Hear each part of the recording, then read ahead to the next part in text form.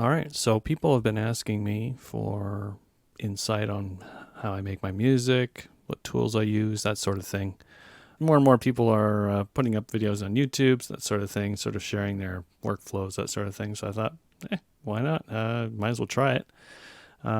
This is going to be pretty informal. Haven't really scripted anything. It's just I'm opening up the project files. This is about 3 years old now, so we're going to be looking at this together, sort of treat it as if you were in my studio right now, just sitting together, going through the instruments I use and whatnot. I'll state that I'm definitely no authority when it comes to how to make music. I'm completely self-taught. I have no background in composition, sound design, any of that sort. It's just literally hours and hours and hours over years and years and years of just doing this. I've just learned by doing. So if you feel overwhelmed by what you might be looking at today, don't worry about it. And again, we all start somewhere. I've been making music in one form or another since '93, so take that as you will. As to who this video is for, it's for really anybody. If you're interested in just my workflow, if you're considering making music your own, which a lot of you have stated, which is awesome. The fact that, myself and I know other artists out there inspire others to make their own music. I mean, when it comes to this genre, for the most part, people who listen to this stuff also write it for the most part. I mean, obviously it's not 1-to-1, but I think the ratio is definitely higher than most other genres of music. In my case, I use FL Studio for composition and I use Studio One for final mixing and mastering. For now, I'm just going to be showing you my composition process, how I make music, what tools I use, that sort of thing in terms of actual synths, effects, plugins, that sort of thing. And then one last warning before we start. I just want to say this is sort of like how the sausage is made, and by watching this may ruin the magic of the music to you. So bear that in mind. I think what you'll find is that what you know of my music and what you're going to see the actual composition, it's so much simpler than you may think. So, fair warning. Let's get started.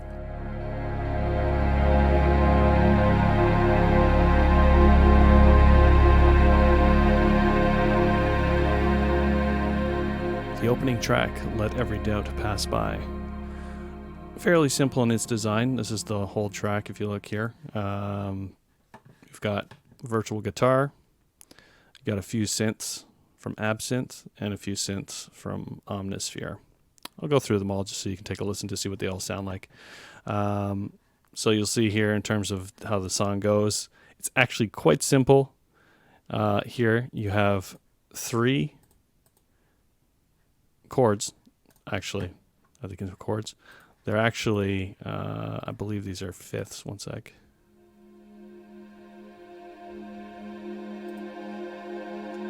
So it's a little deceptive. It's actually, each note is playing a fifth.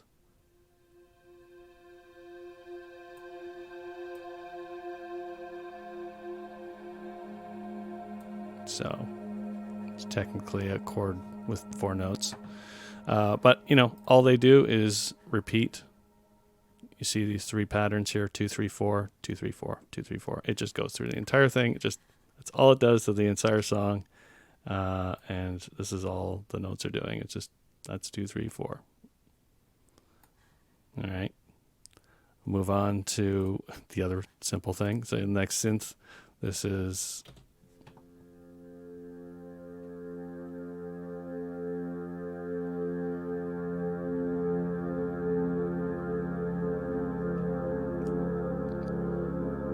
Anyway, you get the idea. And that literally repeats the entire song. Just this simple pattern here, these 3 notes. It does loop essentially every 40 seconds, so it's not like it's super short, but there you go. The next one here is what I call a little accent.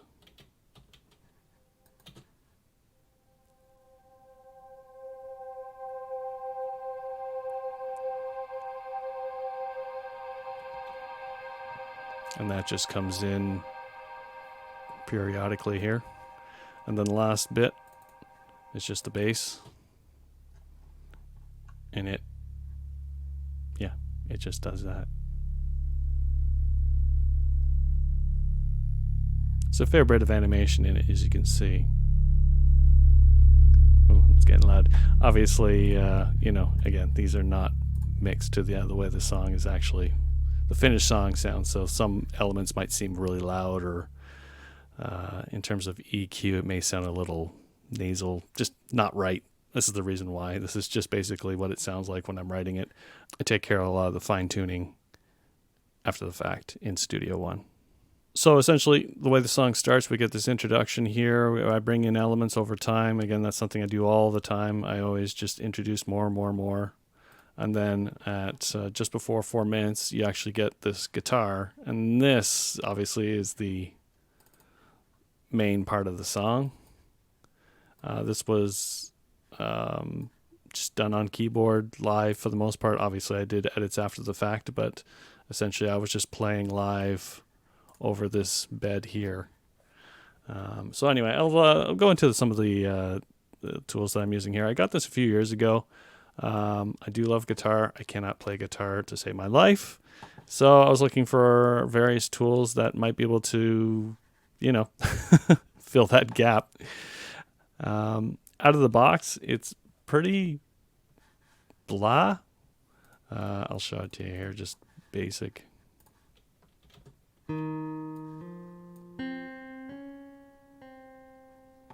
It's pretty terrible, but that's fine. We're hiding everything behind a delay bank. So there's 3 delays, followed by a guitar rig from Native Instruments, which is a lot of fun. Simple EQ, and then of course reverb, followed by some just a simple dip here on the higher end here, just to get rid of some of the more harsh noises that it might make. And then this one, Soniformer, it's nice. It's sort of here I can just.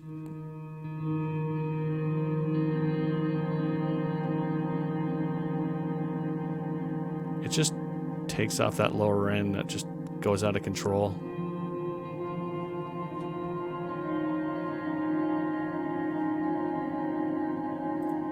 And obviously you can hear once you have all those plugins, it hides that terrible, just that faux guitar sound from this plugin here. I mean, obviously it's the reverb that's doing most of it. I use 2 different reverbs. This one's quote unquote newer one. I got this one a bunch of years ago now, but the one I've been using since, God, I don't know, early to mid 2000s is this one, Arts Acoustic. This is what makes my sound. If it wasn't for this plugin, my music would sound very different. So this plugin is the magic sauce for me, at least. But I'll explain why I use these 2 different reverbs, just because they do have their pluses and minuses. There's actually nothing wrong with Ultra Reverb at all. A few things that it does that you might have heard. You can do a really.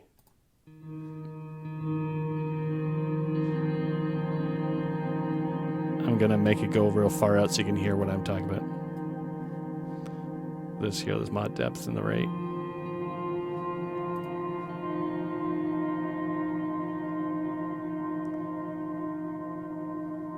You know what? I have the rate so slow.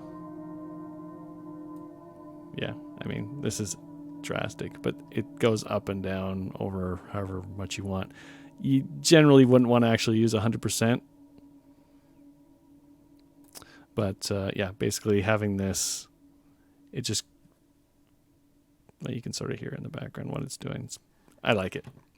So that's one of the reasons why I like this plugin. The other reason why is this is a true stereo reverb, as opposed to, okay, I got too much stuff open right now.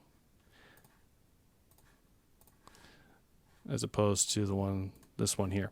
So the way this one works, it will take in a stereo audio, but it will actually, I don't know if it sums it or not to mono, but essentially what it does is it takes that signal and sort of spreads it out from the center as opposed to actual location. So if you have something far off to the left, the reverb will emanate from sort of the center out. Whereas with this one, which is a true stereo reverb, if you have something emanating from the left, you'll hear the echo or the reverb emanating from that position.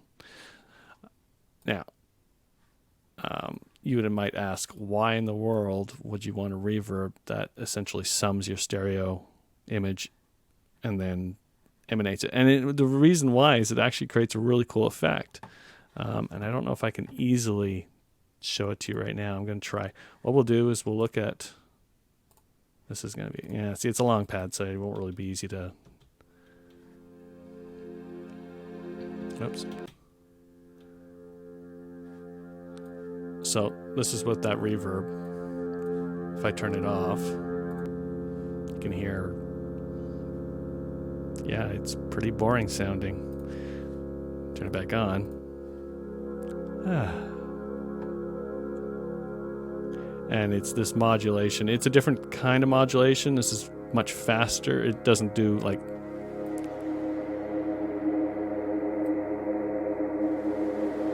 again, generally I would never go that high. The highest I would go is, I don't know, around here or something like that.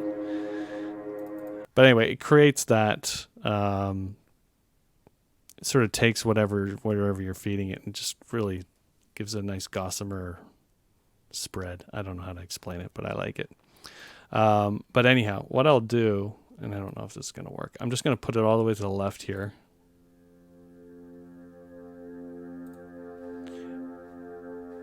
And you see how even though the source is coming away from the left, the reverb sort of fills in those gaps. So in some cases, that's something I actually want. And that's why I really like this reverb. And again, the reason why I like that reverb is I just love, it's very colored in terms of what it does to sound. Some people may not like that in terms of what this reverb does, but I really like it.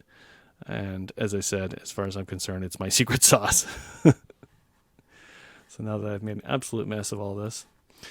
So yeah, as I said, without reverb, things sound pretty bland.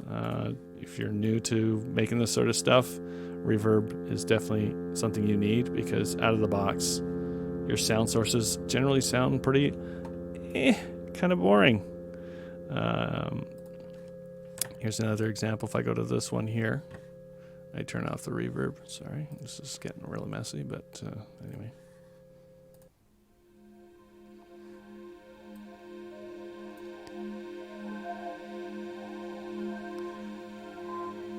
So you hear those little sounds going on in the background there when you turn the reverb on.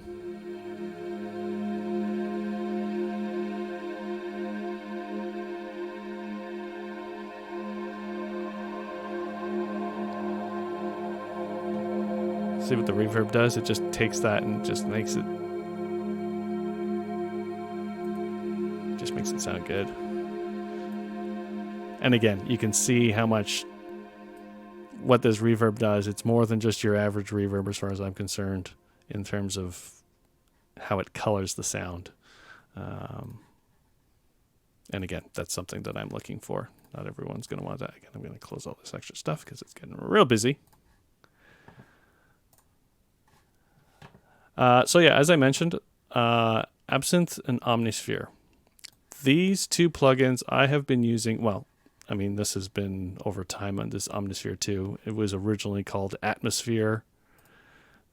I have been using these plugins since 2003.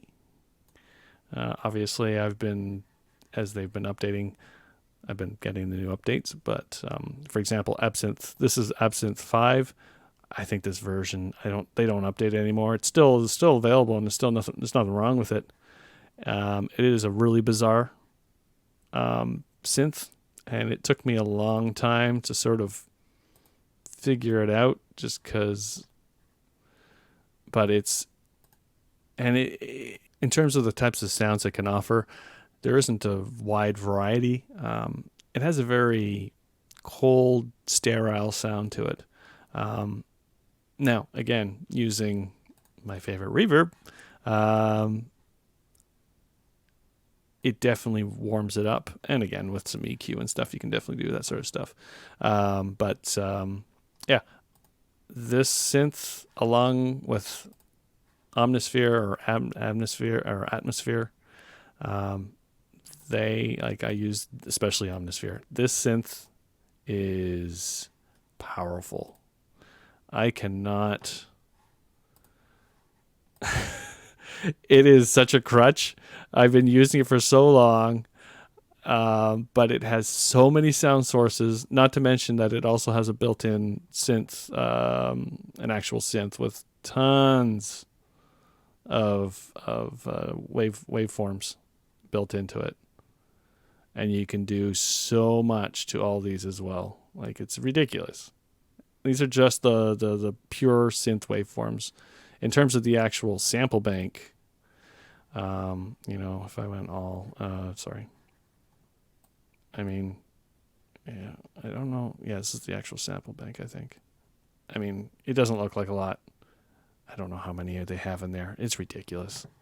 I'm still finding new samples in here and again, this is after using this plugin for, over 15 years? Longer? It's ridiculous. Anyway, I love it. I can't say enough good things about this synth. So, and again, when it comes to the quote-unquote Altus sound, this is the synth. This is the reason why. Between this synth and this reverb, these have made many good songs. So, yeah. So in this case, again, I'm using Omnisphere for this here. If we listen to the original actual sound source.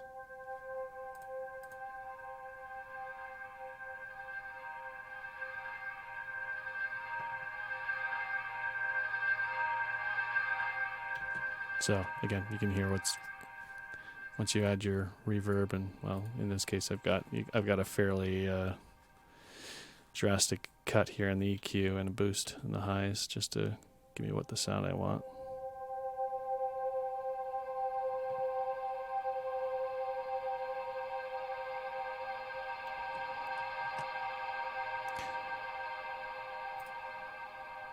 It's a cool sound. And then the bass, it's a pretty simple bass. I mean, yeah, it's nothing much to it. So, yeah, I mean, that's essentially that first song. And I'm really happy how it turned out. Of course, I've messed with the settings, so I don't know if this is even going to sound right at all anymore.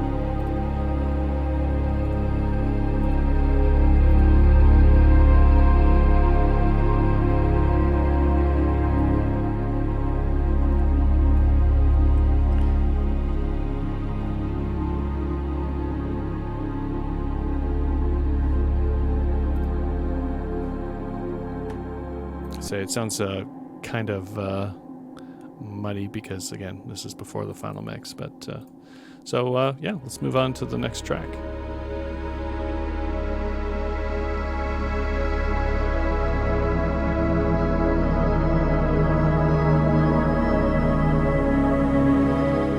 As I said, this is unscripted, and when I went to go open the project file, I discovered that there's actually a slightly longer version. The version of Vast Yet Insignificant second track is 11 and a half minutes. Apparently there's a 15-minute version. Clearly, I felt it was too long when I was writing it. So this would have been, judging by the date stamp, this would have been an older version, and then this is the final version that actually made it into the release. So there you go. I mean, chances are all I did was take out a chunk and just push everything closer because, as I said, there's a lot of repetition going on. So we'll zoom in a bit. So here, this is the complete song here. Again, it's about, once everything fades out, it's about 11 and a half minutes. So let's zoom in a bit here to the beginning just to get a better idea. So as I said, my usual the usual thing that I do is I'll introduce a few instruments, bring in more elements, more, until it gets, and then from that point, from here on, yeah, I mean, it's basically loops in here, but they're doing all sorts of weird stuff. So I wouldn't call it. It's definitely not a straight loop. But if you look at the names of the patterns, that gives you clues as to what exactly is going on in terms of loops. So if we look at this top one here, let me zoom in this way a bit, just so we can get a better look. So if we look at this one here, so there's a very good chance at the very beginning, the first pattern is going to be completely unique because I'm opening the track. So I'll generally do something slightly different. In this case, I'm holding these notes a lot longer here before getting into the actual guts of the song. So 10, 3, 6, 5, 9, 3, 9, 5. Oh, yeah. So I'm doing a lot of fun stuff with here in terms of keeping things as fresh as possible, I guess. It looks like pattern 3. See, I'm repeating 3, and then so 3, 9, 6, 9. Okay, so that's when we get 3, 9. We got a 3, 9, 5, 9. So 5 is probably, it was going to be a copy. 6 was a copy of 5 with something changed. So, but generally the loop is this here, and then it just keeps looping. And if we look at what's the actual, like what from there, 5:22 to 7. So, I mean, this here is 2 minutes long. So whether or not you want to call that a loop or not is up to you. And so below that we have, it's just this, it's going to be, sorry, 1 second, let it load. I've got an additional EQ controlled by this envelope here. And it's just a low pass. It's just cutting off the top end a bit. And again, it's just to create animation and change. Because that's one thing that I really dislike is when you have this constant drone with no animation to it. I mean, personally, it kind of drives me nuts. I need to have sort of a continual change happening. It's not a question of interest, it's a question of my ears. I'm kind of a spaz when it comes to my hearing, and continual drone sounds drive me nuts. So it actually stops me from listening to some pretty cool music, stuff that I probably enjoy, but if it's too static in its sound or not dynamic enough, it makes just makes my hearing go crazy. So anyway, oops, I'm making a mess. So yeah, anyway, so let's we'll just play this little section here and just see what it's doing here.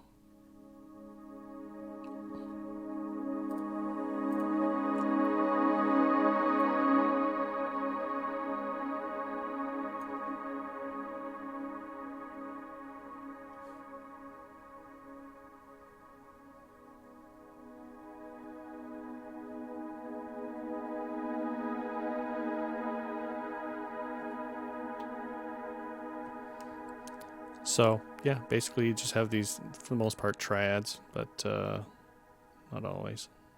Again, if you know the song, I would hope you recognize that part. And again, I'd like to show you sort of what the original sounds like.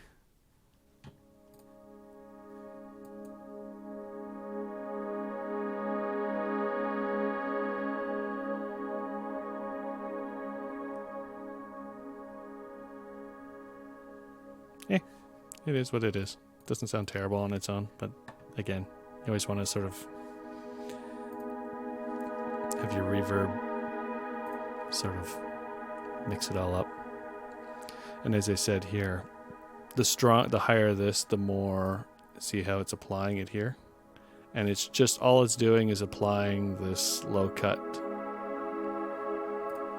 It's subtle, but it's there. And now, if you look here, this almost looks identical, and that's because it is.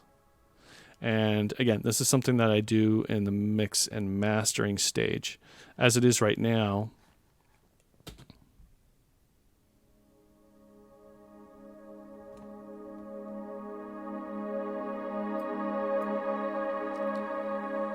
They're essentially doing the same thing. You'll see they're offset so that you get sort of, it sort of sounds like it's going to be a patch with a lot more going on in it, but it is essentially two different patches playing in tandem. But again, I have this playing offset, so you hear the elements of this first, followed by that. I don't know, I've muted it. I'm sorry.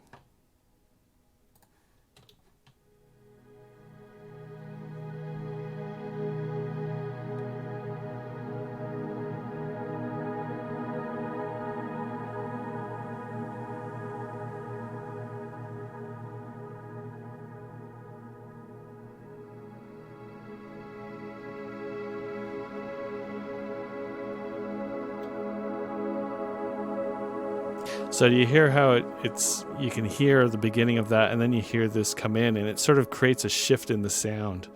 It's sort of a ever-evolving, larger patch that sort of goes from one sound to another. And again, this is something I enjoy doing a lot as well. Let's move on. So we'll go to this one here, Spacewalker. If you're wondering about all these weird sounds, it's just the names of the patches that I use before I start editing them. I mean, I very rarely build patches from scratch. I just don't have the patience, nor the interest, honestly. I know there's tons of guys out there who are all about sound design, and that's really cool, but I just don't have the patience for it. So I generally will always load up a patch built into whatever synth I'm using, and then just adjust it tweak it till I have it sounding the way I want. So this one's called Spacewalker, apparently.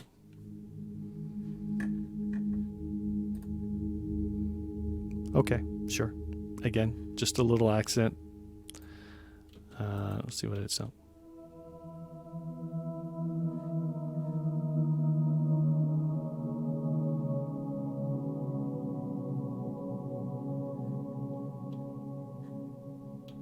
Yeah, so just these little melodies. And again, this one loops a fair bit.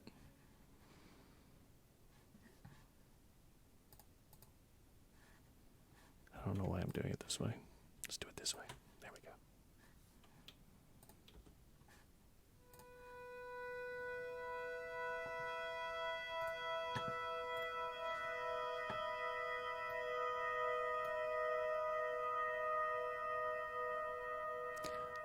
So something else I do very often, it's a little simple plugin. Again, this is built into FL Studio, called Panomatic, and it's just an automated. Well, you can do it for volume too, but I only ever use it for panning. And you can just set the speed, how far left and right is the mount. Basically, if you have it all the way to the right, it's a hard left to hard right pan, and the more you bring it over, the more it just stays in the center. But yeah, I just like having these slow pans, and it's completely like, it's not locked to anything. It's literally running on its own accord, and that's fine by me. So, from the point where I might be writing the song to the point where I actually render it out, where that panner is completely random. And, it's something I like. So, but, yeah, so in this case, just I got the panner, and then I've got this reverb on top of it, and just give me what it sounds like without all that stuff.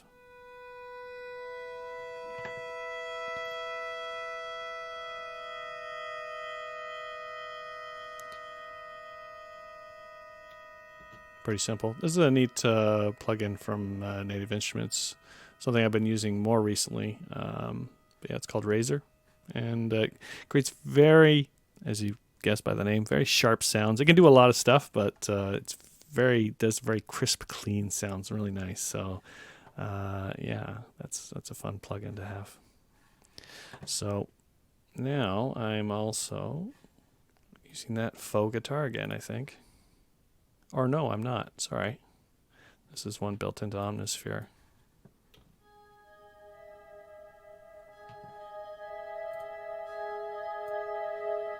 So, again, got a bunch of delays to sort of create that smear. So what I do here is I have the dry actually quite low. So the first notes you hear are actually quieter, and then once the delay hits, it actually is louder. Yeah, and so obviously reverb, and I got this again here just to get rid of any really nasty, because without it, oh, you know what? It's muted. You can hear what it's doing. Curiously, it seems it was muted, so I guess I probably, I don't know if I decided I didn't want it or not, but I have a feeling it wasn't actually supposed to be like that, so it's hilarious, but it doesn't really matter. I would have fixed it in the end when the mastering phase, so whatever, but that's kind of funny. And then the last, and as you probably know, I do like my deep bass.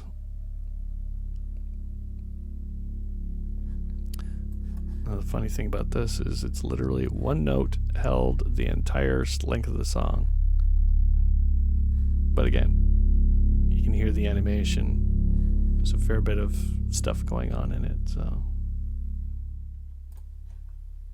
Is that everything? That's all there is.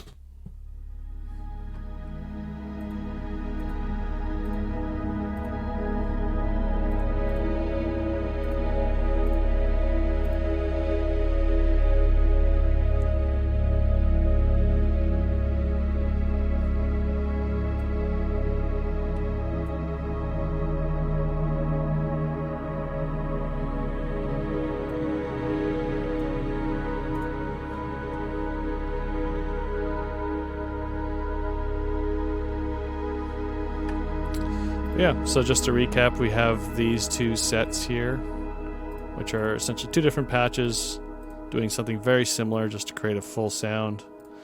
Blue Sun, did we listen to that one? I don't remember.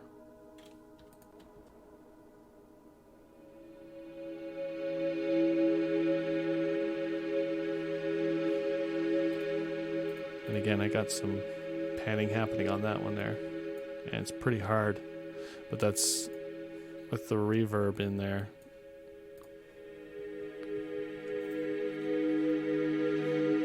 Because you see how hard I'm actually pushing it. Like, I would never push anything that far normally without the reverb. And that's a perfect example where having this reverb that mixes and creates a stereo space based on the center. You can do stuff like these hard pans, and it, you know, it sounds fine. It doesn't sound jarring to have it so far off to the left or right.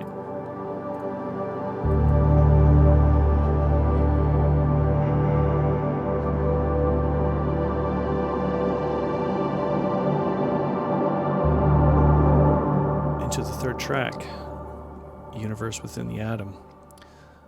This, the name of this track is actually something I wrote back in the late 90s, maybe 2000, with the same name. I just really like the concept of you go so far into an atom that you discover an entire universe within it. So, and you know, it can go the other way, of course. You think of us, our world, and actually consider that we are a tiny speck within an atom at a completely different scale. I just like that concept. It's neat. So I've got a fair bit of automation happening in this track. And it appears to be all controlling this one synth. I'm just going to double check to be sure. But given the way I have it set up with this below like that, that's generally what I do. So we've got Soniformer, Stereo Shaper, and Ultra Reverb. So let's take a listen and see exactly what some of this stuff is doing here. We'll just jump to the middle.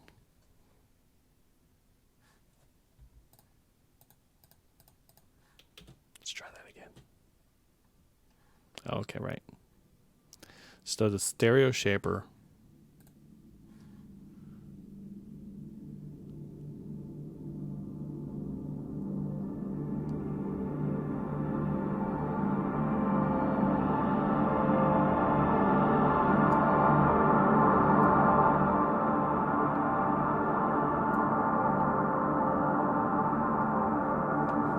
So what the Stereo Shaper is doing here is it's when playing with phase. So I'm going out of phase. I'm mixing it to mono. Yeah, so that's what that's doing there. So I turn it off.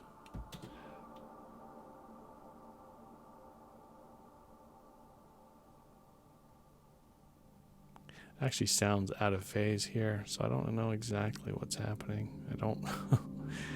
Again, it's been 3 years, so I don't remember exactly how I set everything up. But this is definitely making it mono. And again, it's just to do cool stuff with sound, have it going in and out of mono, and just playing with the stereo space. Like, that sounds completely out of phase, actually. I could be wrong.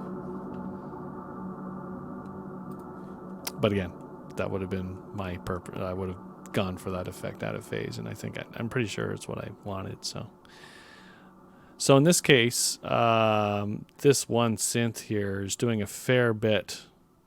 It's just one huge pattern, and this I probably would have played live on keyboard, and I've looped it twice for the to make the length of the song, however long it is. So yeah, this is whatever, a little over 5 minutes before I decided I wanted to loop it and have it played twice, and that was going to be the length of the song. So this is the main guts of the song, I would say. And then if we go here, this is likely the bass. And it's got some other elements in there, but yeah.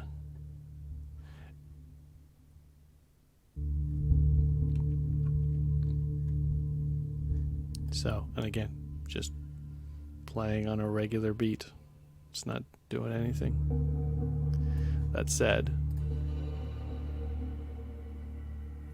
again, welcome to the world of Omnisphere, where just because you're playing the same note at the same time, it doesn't always give you the same effect. And I mean, that's by design. We got some automation going on in here.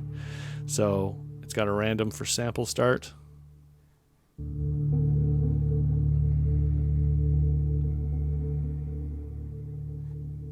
So yeah, got a bunch of randomization in here for both, and there's two different ebode banjo jangle and Tibetan bowl, Super Ball 6. Okay, again, these are the names of the samples that are.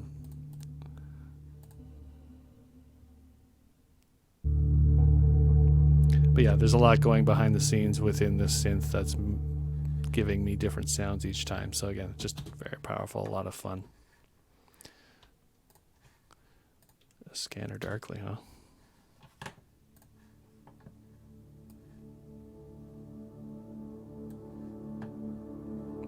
Sounds like I'm just playing octaves here. Nope.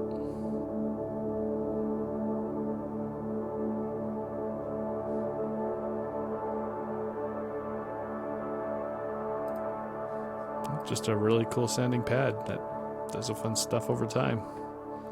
I'm curious. Is it just one?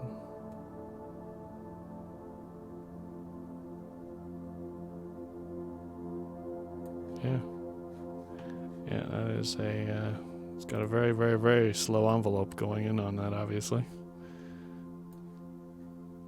So yeah, you can see what I'm doing here. It has 3 oscillators, but I'm only using oscillator B in this case, so this is what I'm doing. If you look at the amplification envelope here, it sort of comes up and then drops down slow over time. Fun stuff. What else have we got here?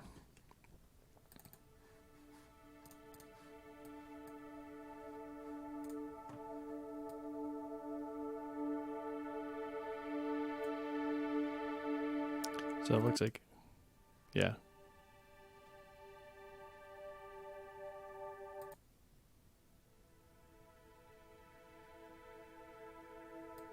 So this is something else I do. So say I have like a loop of 3. So 10, 8, 5, 10, 8, 6. I'll, instead of.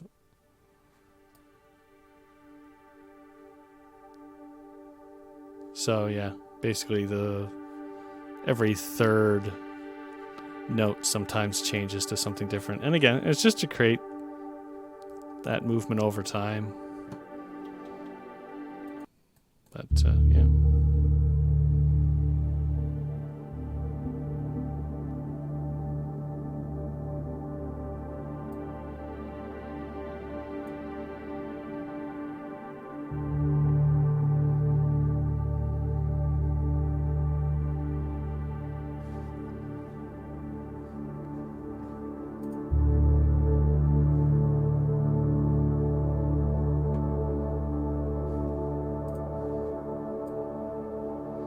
So yeah, just a bunch of elements put together in loops in different ways.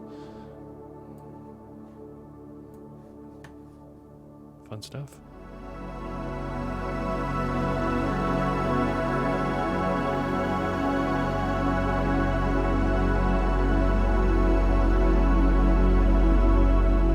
All right, into our fourth track, Reflection.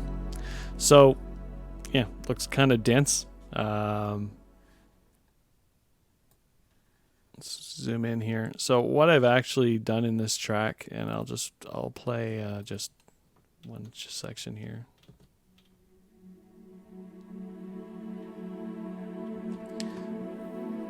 So what I'm actually doing, I'm not actually playing that chord. It's actually an arpeggiator. So if I turn off all the effects, you can be able to hear exactly what's going on.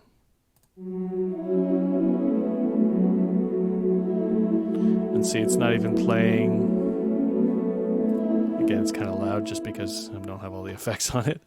But you'll see it's not even playing like consistently. So it's just creating these. And how I'm doing that, I'm just using the swing at a high amount just to create that. And then,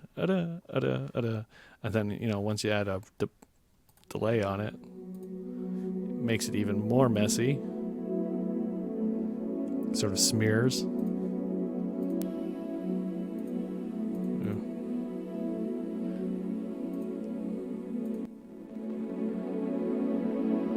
And then when you get to this point, I'll just turn these on so it's not so intense. And so what I'm doing throughout the song here is I'm just, so you see I'm looping it.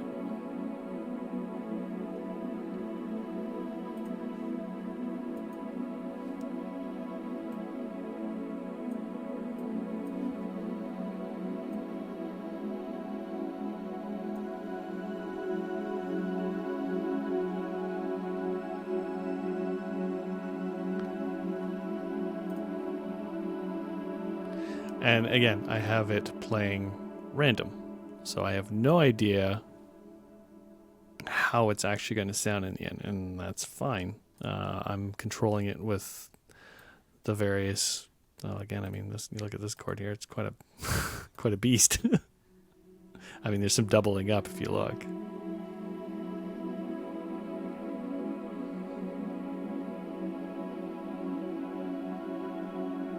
But you see how it creates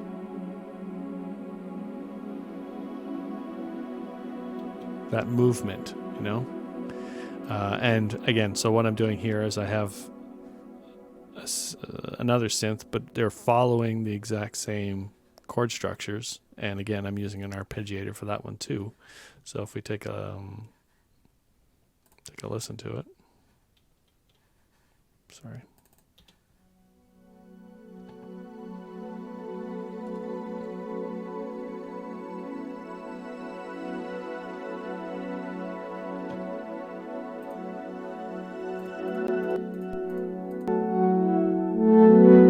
Oh boy.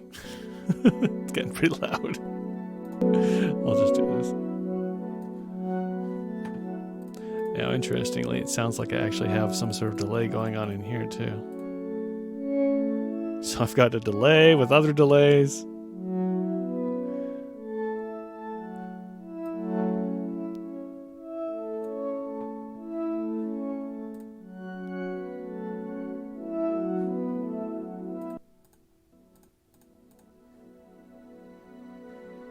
So add more delays, some EQ to shape the sound, and then I run it through the reverb.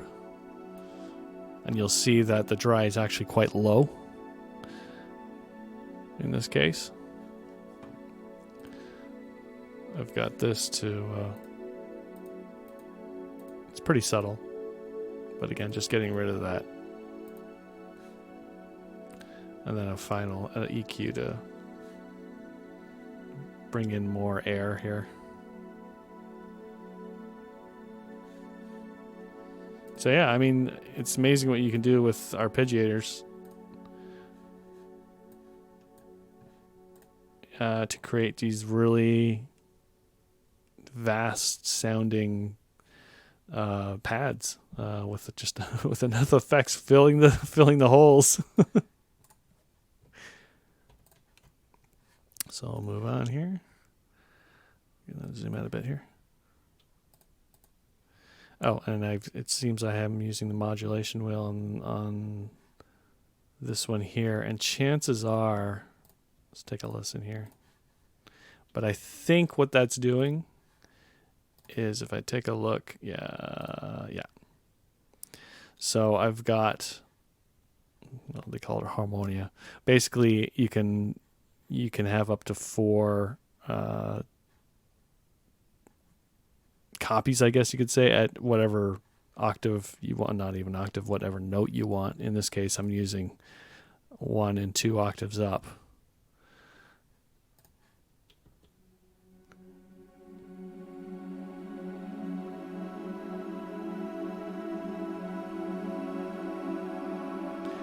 And again, it's all about that animation.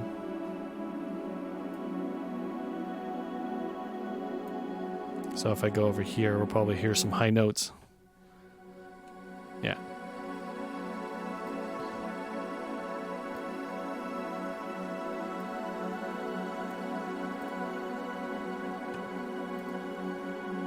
So just so it's understood exactly what's happening here. Oh, I'm so sorry. Okay, there we go.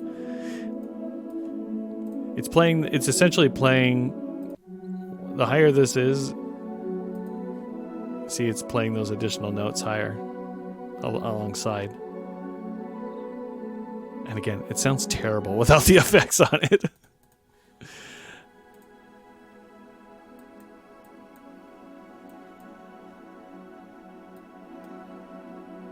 Okay.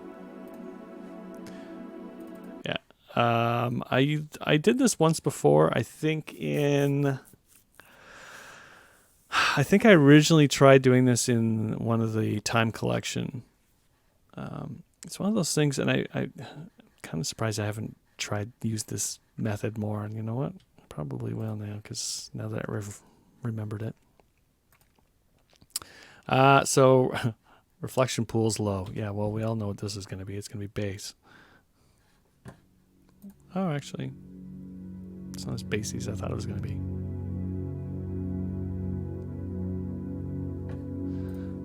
So this is going to be one thing that Omnisphere has a lot of. It has a lot of these nice just built-in pads. Like if I just turn everything off, you can hear what the original actually sounds like. Actually sounds great.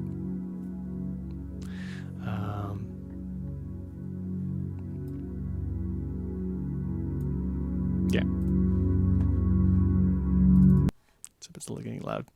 And then I have a high version. So I probably split this up because I wanted to do stuff with volume automation after the fact.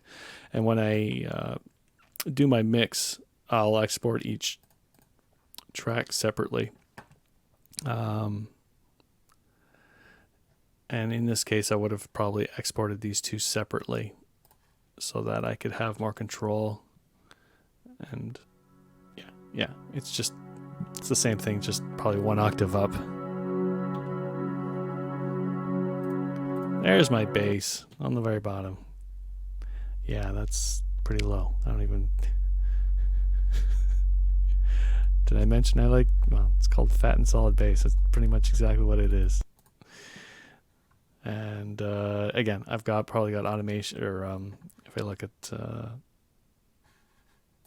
it's probably going to go up and down. Yeah. So essentially over the course of this time here, it's going to be just rising and then slowly falling, and then chances are, oops.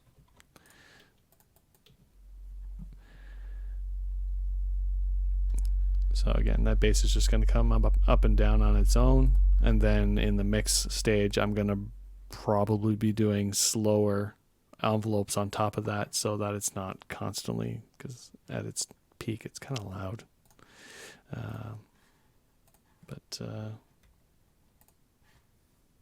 Yeah.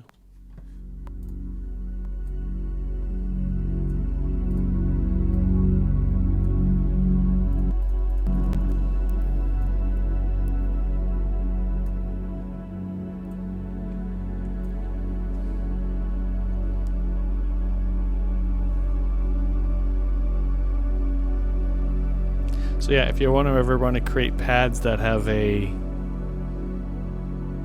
ever-moving, shifting sense to them in terms of the notes that they're playing, it's I don't know why it's suddenly getting very loud. Again, I do a very rough mix when I'm in here, so that's why it's sounding kind of out of control. But yeah, using arpeggiators is a great way to do that. Move on to the next track.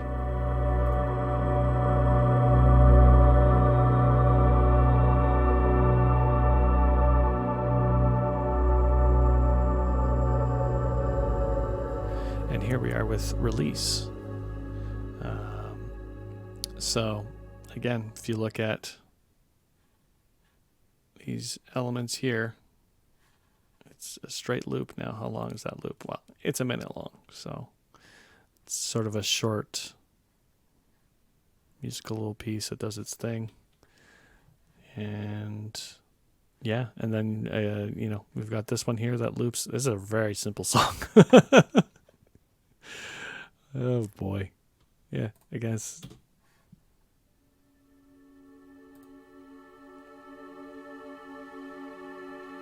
And in this case, it's using Omnisphere for all four.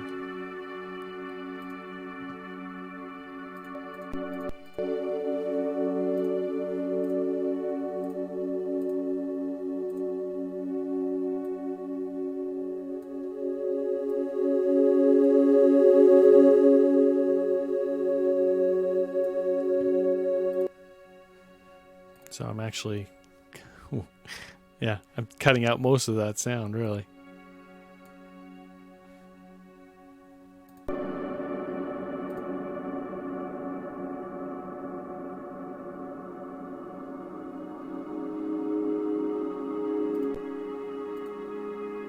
Yeah, man, I'm just chopping out so much of that sound. And I cut another EQ there to get rid of one other something I didn't like at this point. 600 hertz-ish. Yeah, 550. Oh, yeah. Yeah, I didn't like that little...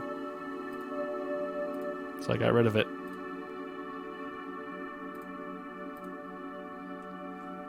But like the decay time, 45 seconds, like, it's kind of ridiculous. But yeah, it works for what I'm trying to do. So if I turn on this second one here.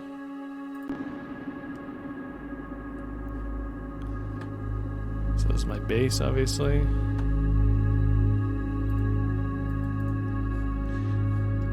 Oh, that's right. I was using Soniformer to... So something I can't stress enough when it comes to dealing with bass and trying to make it sound good, not muddy.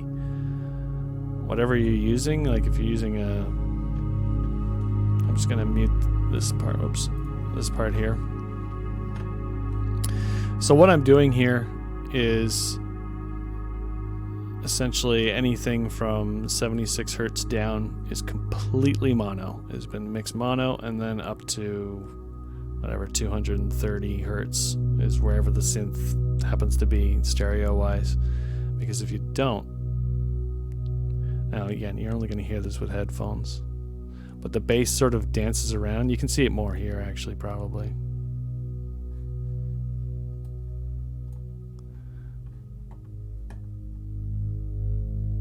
So you can see there's still animation, but it's not so drastic, and especially in the bottom end.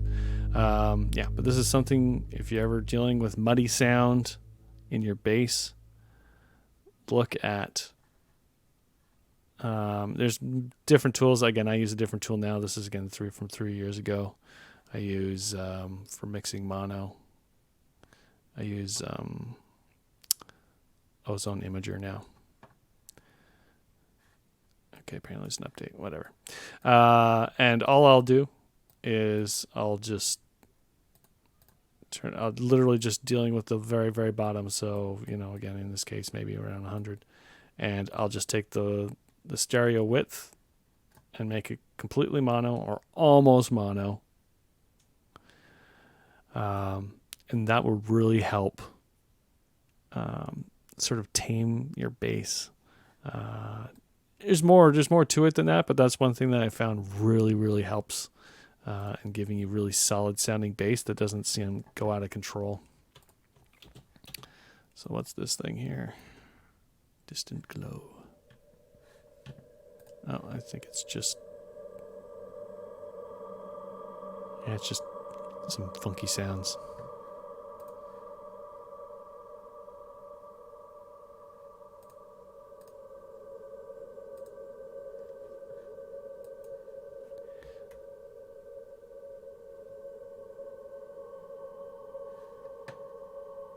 Yeah, just a little something to accompany the song. And then...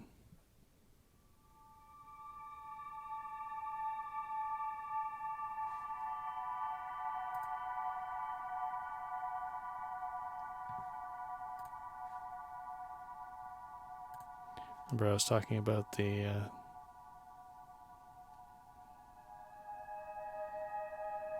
nice slow modulation. It sort of bends the notes ever so slightly.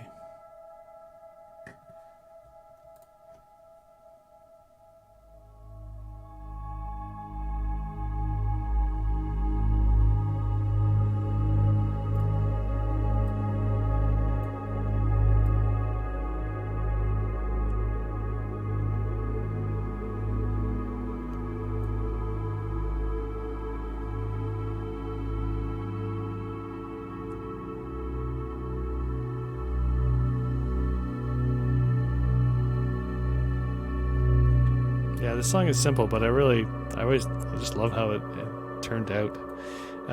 Here, again, normally you wouldn't hear this part on its own. This part here, by this point, is actually moved into the next track. So I'm just doing a really long crossfade, sort of bringing this song into the next track, which is the 30-minute monster, which we'll get into now.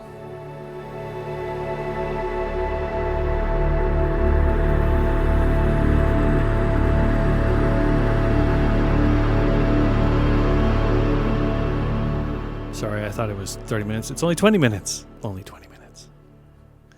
All right. So, Innerspace, Outermind.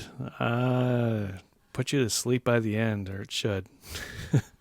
Yeah. I guess we'll just start diving in. Let's zoom in a bit here and just see what exactly is going on. We'll load up this here.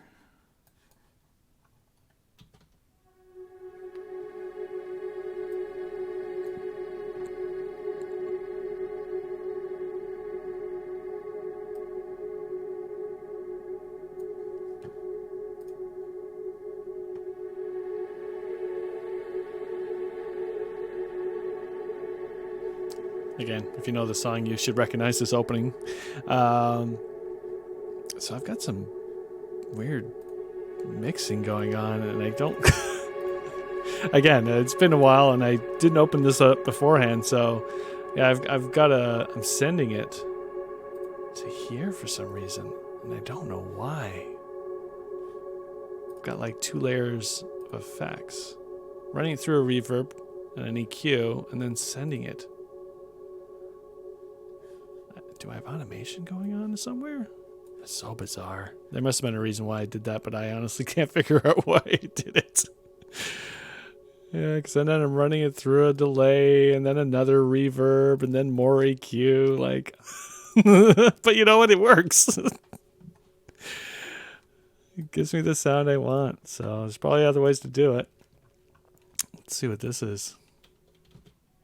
Oops. Oh.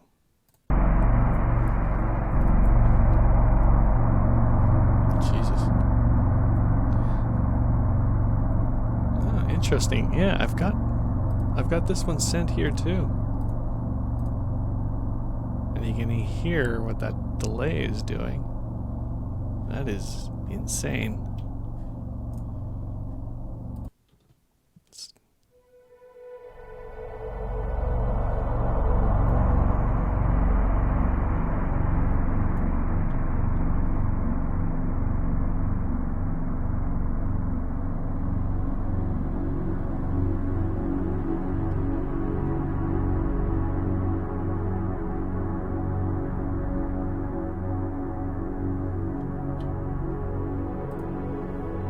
So I've got strings here.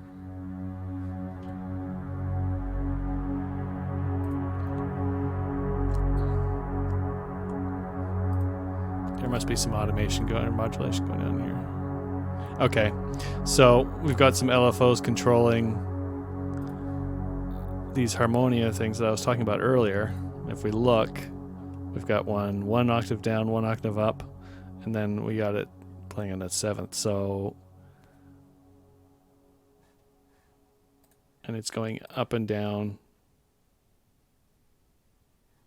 So yeah, it's just creating, even though it's just playing one note, it's doing so much more, you know? So see this level 4? That's the 7th. Goes out.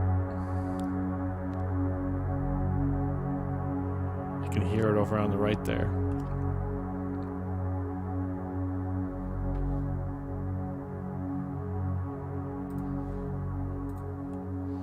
So even though, again, just playing that one note for a period of time, it's doing a lot for me. Very cool.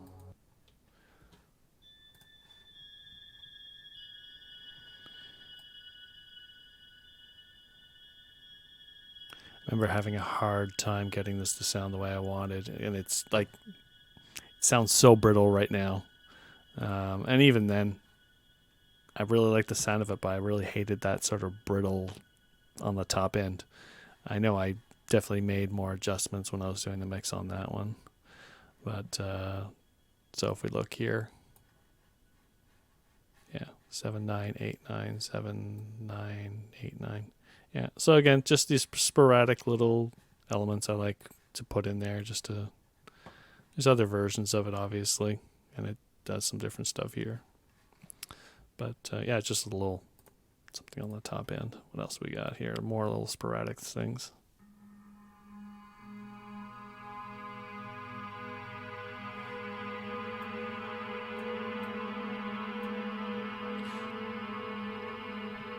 So remember when I said absinthe sounds metallic?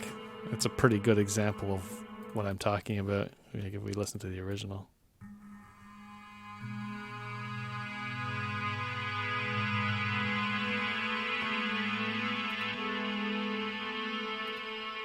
Hey, look, I'm panning again.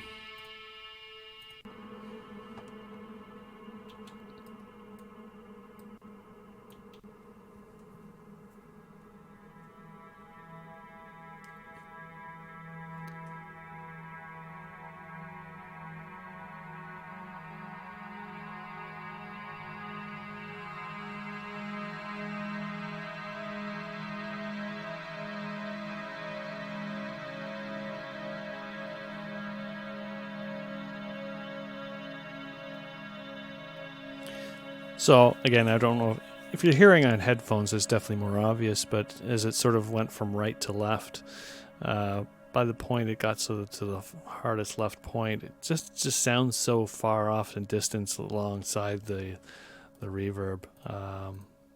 And again, the reverb, since this is again, true stereo reverb, it sort of follows along with it to a degree. So, yeah, just sounds cool. We'll check out the last one here.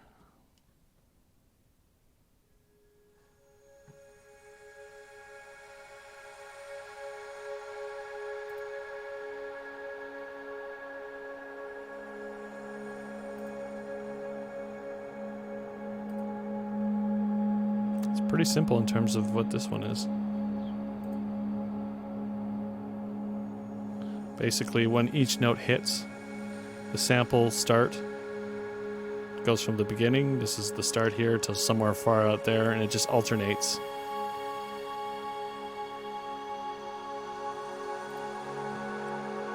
But clearly this sample's got a lot going on, I would say. Yeah. Wow.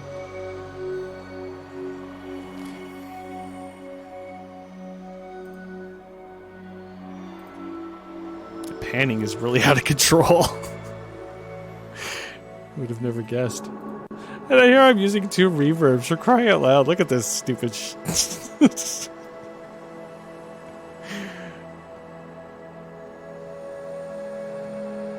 But see, I mean, you know, once you got the reverbs in this, that hard panning.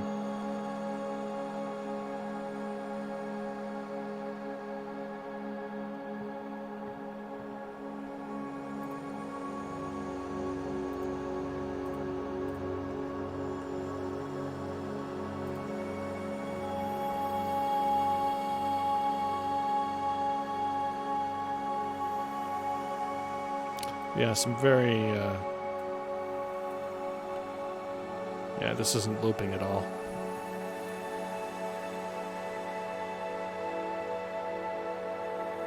Yeah, this looks like it was written by hand. So just me drawing in here. So basically you just get all these loops.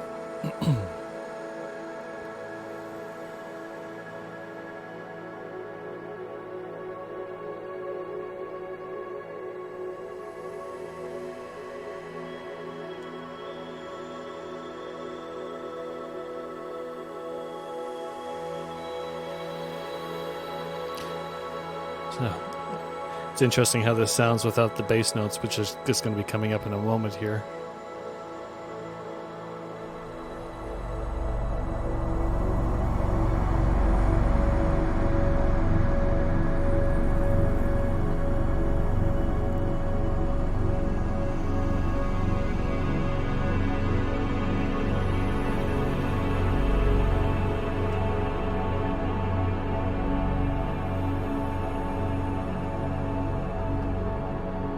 So yeah,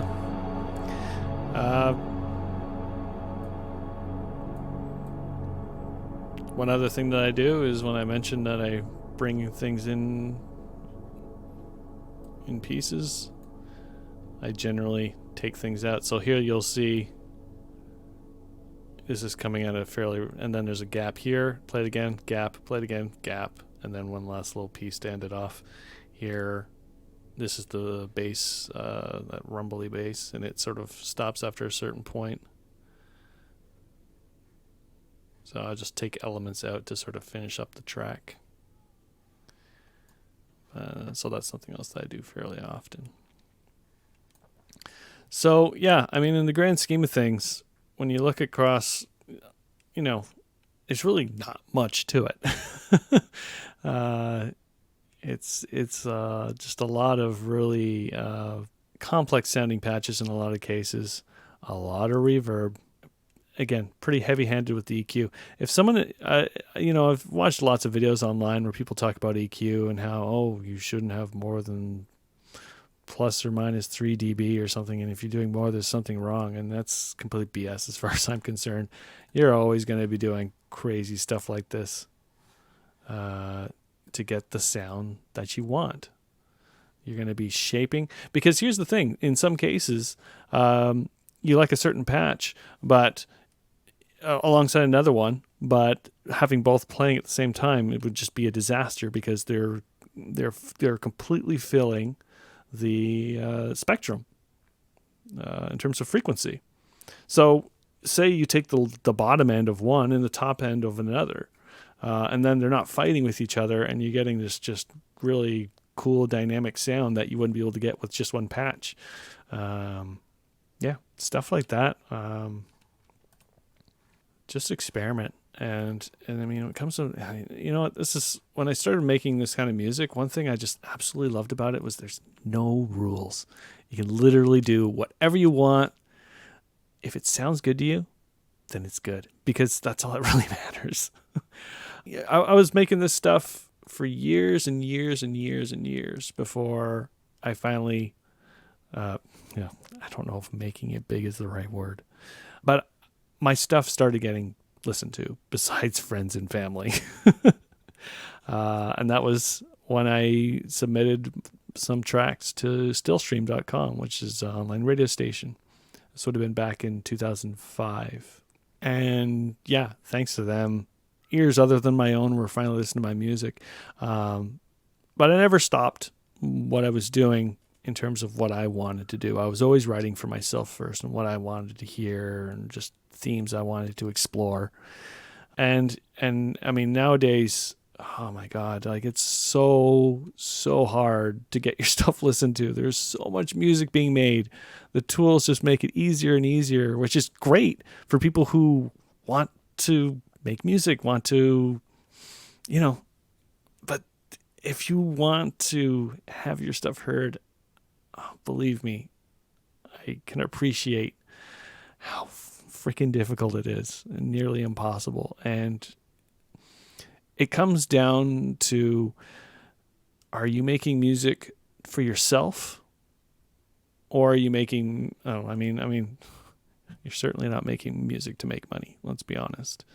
But to get started, so again, I've been using FL Studio since 2003.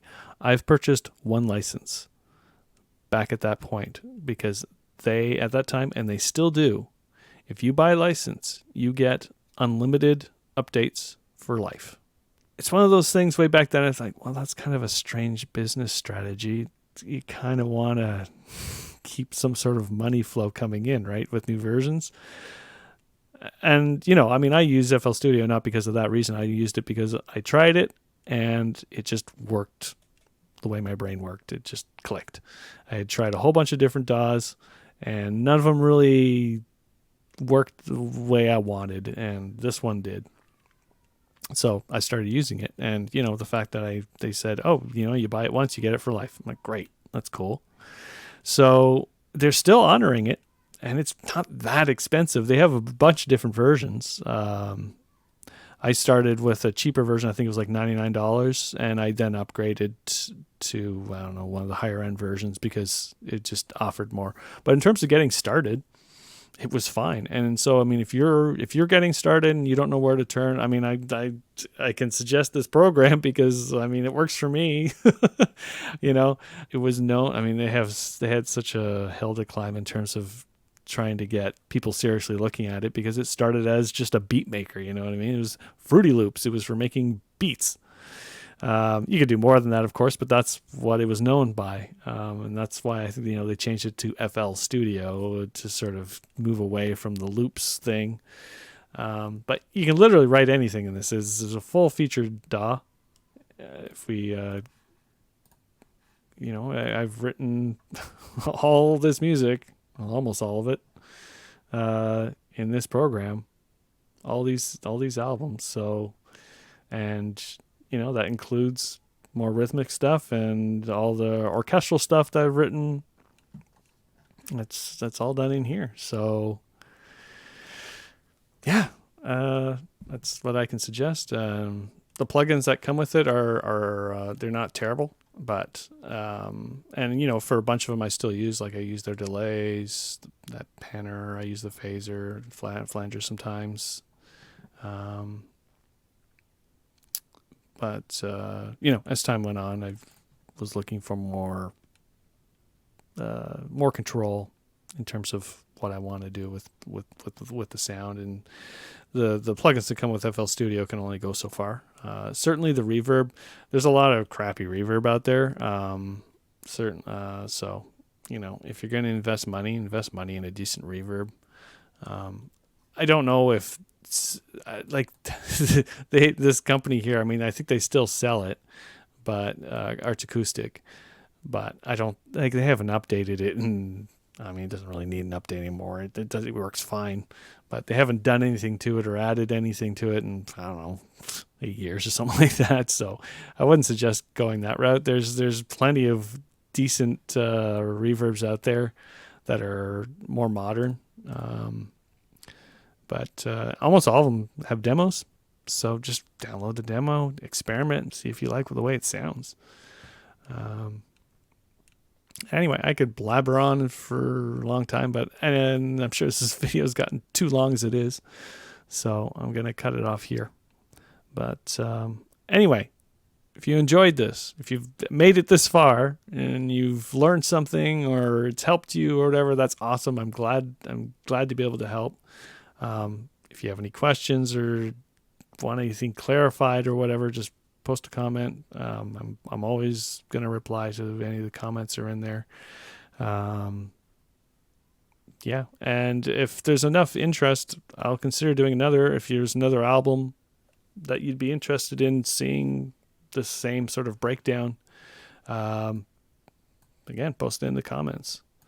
And if there's something you'd like more of in terms of what I was showing, if I sort of glazed over something and you were like, I want to know more, again, just tell me if you want me to delve deeper into something, and I'll consider it for a future video. If I do another video, we'll see. One last thing I just wanted to mention was that if you wanted to know more about either Omnisphere or Absinthe or whatever, you're going to find, just search the tool on YouTube. You're going to find way more in-depth information on what it can offer. I could go into it, but you're going to find other videos that are going to be way better than myself trying to explain what it does and sort of delve into the features of the certainly Omnisphere. Absinthe, again, is sort of, it's an older synth. I wouldn't really recommend it personally, but if you happen to have the Native Instruments Complete, it comes with that. So, no reason you can't just, if you have Complete, give it a shot, fool around with it. So yeah, that's it. I hope you enjoyed the video. Thanks for watching.